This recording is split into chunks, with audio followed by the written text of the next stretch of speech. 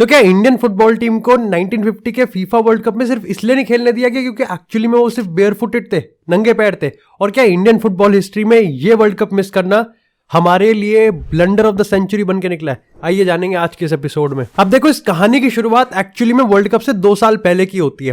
1948 के summer Olympics, जो कि उस टाइम पे डेफिनेटली ओलंपिक्स बहुत ज्यादा प्रेस्टिजियस होते थे, वहां पर कहीं ना कहीं इंडिया ने सबका अटेंशन लिया। अब देखो, वहां पर पहले राउंड में तो इंडिया फ्रांस से हार गई 2-1 के स्कोर लाइन से, लेकिन मामला काफी करीबी था। 70-75 मिनट तक एक्चुअली में गेम बराबर का चल रहा था। लेकिन एक ये परफॉर्मेंस इसलिए भी काफी ज्यादा अटेंशन ड्रॉ कर रही थी इंडिया की तरफ, क्योंकि उस टाइम इंडिया पहली बार खेल रहा था as an independent nation, great Britain से अलग होके।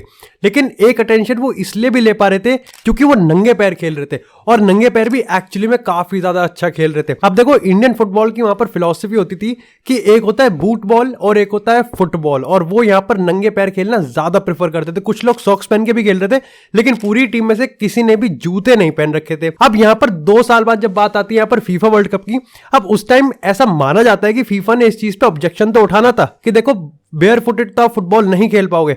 लेकिन मामला और माजरा कुछ और ही था। अब देखो, उस टाइम फीफा वर्ल्ड कप में 16 टीम्स खेलने वाली थी, लेकिन जो डिफेंडिंग फाइनलिस्ट थे यानी ब्राजील और इटली, उनकी स्पॉट यहां पर फिक्स थे। बाकी बचे 14, जिसमें से 7 टीम्स आएंगी यूरोपियन टीम नेशन से और 6 टीम आएंगी अमेरिका से, और सिर्फ 1 टीम जाएगी यहां पर एशिया से।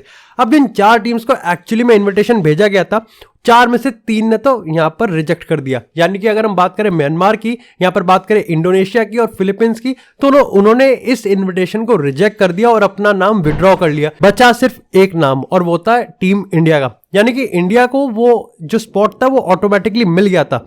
अब यहां पर कहीं ना कहीं थ्योरीज आती हैं। देखो, सबसे पहले 2 थ्योरी निकल के आती हैं। एक ये थ्योरी कि क्या 1950 के वर्ल्ड कप में इंडिया को क्योंकि नंगे पैर खेल रहा था तो इसलिए उनको आने ही नहीं दिया। और दूसरी जो सबसे ज्यादा इसके बाद पॉपुलर है वो ये है कि क्योंकि जो रास्ता बहुत लंबा था और उसका एक्सपेंस यहां पर इंडियन फुटबॉल टीम उठा नहीं सकती थी, इसलिए फुटबॉल टीम वहां पर कभी पहुंच ही नहीं पाई। अब सही बात एक्चुअली में ये है कि दोनों ही गलत है। देखो, अगर पहले बेयर फुट की बात करें तो ऐसा नहीं है कि फीफा इस चीज पे ऑब्जेक्शन नहीं उठाता, लेकिन इसका मतलब ये भी नहीं है कि यही एकमात्र रीजन था, क्योंकि ये चीज तो तब होती है जब इंडियन फुटबॉल टीम वहां पर पहुंचती। ऐसा कभी हुआ ही नहीं। और दूसरे अगर रीजन की बात करें कि यहां पर जो एक्सपेंस था, देखो ये तो मानना पड़ेगा कि एक्सपेंस बहुत लंबा था और बहुत बड़ा था, क्योंकि रास्ता काफी ज्यादा लंबा था। सी रूट से यहां पर रास्ते को नापा जाता था उस टाइम।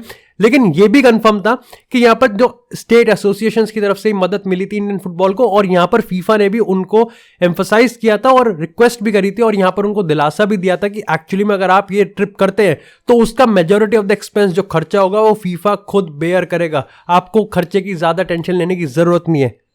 तो फिर मामला क्या था? देखो, सही बात तो ये है कि अगर बात 1950 की करें और बात साल 2022 की करें, मामला एक ही है, और वो है हमारे फुटबॉल एसोसिएशन का निकम्मापन। अब देखो, AIFF, देखो इस चीज को डिबंक किया गया है।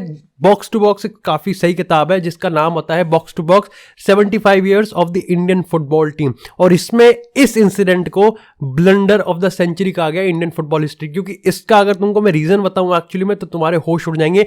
सिर्फ ये था कि AIFF ने इस फीफा वर्ल्ड कप को सीरियसली ही नहीं लिया। उनके हिसाब से फीफा वर्ल्ड कप कुछ था ही नहीं। अब देखो, इस बात में थोड़ी सच्चाई तो है कि फीफा वर्ल्ड कप और ओलंपिक्स में, यहां पर ओलंपिक्स को काफी ज्यादा प्रेस्टीज दिया जाता था, और फीफा वर्ल्ड कप उस लेवल पे कभी पीक पे था ही नहीं जिस लेवल पे आज हम देखने को मिलते हैं। लेकिन कहीं ना कहीं AIFF ने जिस तरीके से इस चीज को समझा था और जिस तरीके से इस चीज को इग्नोर किया है, वो भी कहीं ना कहीं आप जस्टिफाई नहीं कर सकते। अब देखो, उस टाइम यहां पर कोई बैकलैश भी देखने को नहीं मिला कि AIFF ने अपनी इंडियन फुटबॉल टीम की भेजी नहीं है। आज के टाइम होता तो हल्ला ही कट जाता, लेकिन उस टाइम का बैकलैश देखने को मिला, और उसके पीछे भी यही कंसेंसस था कि सबको यही लगता था कि सिर्फ और सिर्फ ओलंपिक में गोल्ड मेडल लेके आना है, और फीफा तो कुछ भी नहीं है। अब रही बात बेयर फुटेड के सवाल की, तो देखो वहां पर भी ये सवाल है कि ये बताया जाता है और रिकॉर्ड्स में लिखा हुआ है, किताब में भी ये मेंशन्ड है कि इंडियन फुटबॉल प्लेयर्स के बैग्स में बूट होते थे। वो प्रेफर नहीं करते थे खेलना, क्योंकि उनके हिसाब से फुटबॉल को असली तरीके से नंगे पैर ही खेला जाता है और उनको अच्छा भी खेलना आता है। इसका मतलब ये नहीं है कि वो बूट से खेल नहीं सकते थे, या फिर इंडिया बूट मतलब ये भी एक बहुत फैलेसी है कि इंडिया बूट का खर्चा भी नहीं उठा सकती। ये भी काफी बेकार का मिथ है। ये रीजन था।